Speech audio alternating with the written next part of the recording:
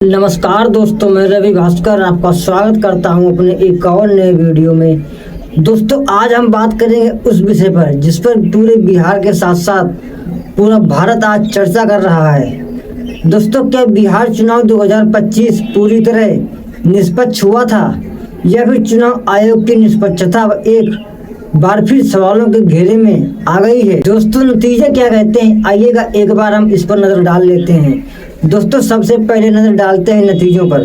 243 सीटों वाली बिहार विधानसभा में एनडीए गठबंधन ने बीजेपी और जेडीयू ने रिकॉर्ड तोड़ जीत हासिल की।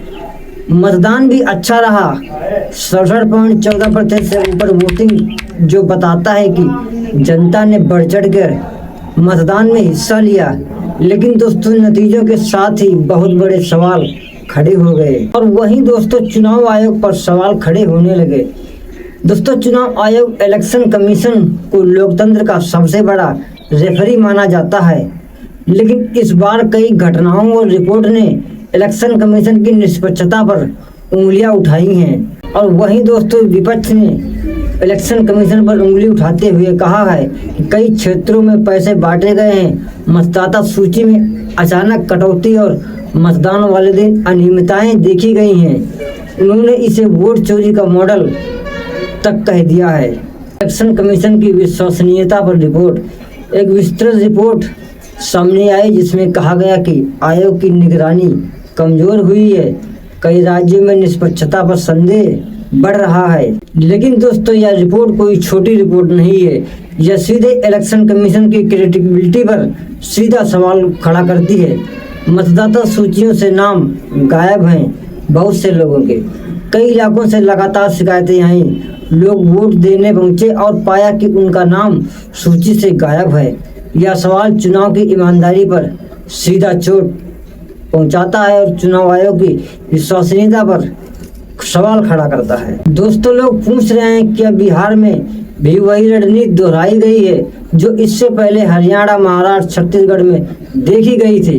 क्योंकि पैटर्न मिलता दिख रहा है। बूथ लेवल पर मजबूत मैनेजमेंट, महिला और युवा वोटरों को टारगेट कैंप बनाया जा रहा है। विपक्ष की संगठित कमजोरी, शुरुआत से ही नैरेटिव सेट करना, जैसे ही कई उदाहरण इलेक्शन कमीशन पर। और वहीं दूसरी तरफ इन सबको जोड़कर विपक्ष कह रहा है यह सिर्फ चुनाव नहीं, एक राजनीतिक मैनेजमेंट मॉडल है। दोस्तों, लोकतंत्र में वोट सिर्फ एक नहीं होता, यह एक जनता का भरोसा होता है। वोटर लिस्ट ठीक नहीं है, बूथ मॉनिटरिंग ठीक नहीं है और चुनाव आयोग निष्पक्ष नहीं है, तो सबसे बड़ा नुकसान किस पार्टी का नहीं है बल्कि लोकतंत्र का होता है। इसलिए दोस्तों, सवाल बड़ा है कि बिहार में चुनाव निष्पक्ष थे या फिर इलेक्शन कमीशन को अपनी कार्यप्रणाली पर गंभीरता से सवालों के जवाब देने चाहिए। दोस्तों, आपकी क्या राय है इस पर? क्या चुनाव इस बार निष्पक्ष हुए या आपकी भी प्रक्रिया में खामियां दिखी हैं? अपनी राय कमेंट बॉक्स में जरूर लिखें, क्योंकि लोकतंत्र की असली ताकत जनता की आवाज़ है। मैं हूं रवि भास्कर, फिर मिलूंगा एक नई जानकारी और एक नए सवाल के साथ। तब तक के लिए जय हिंद।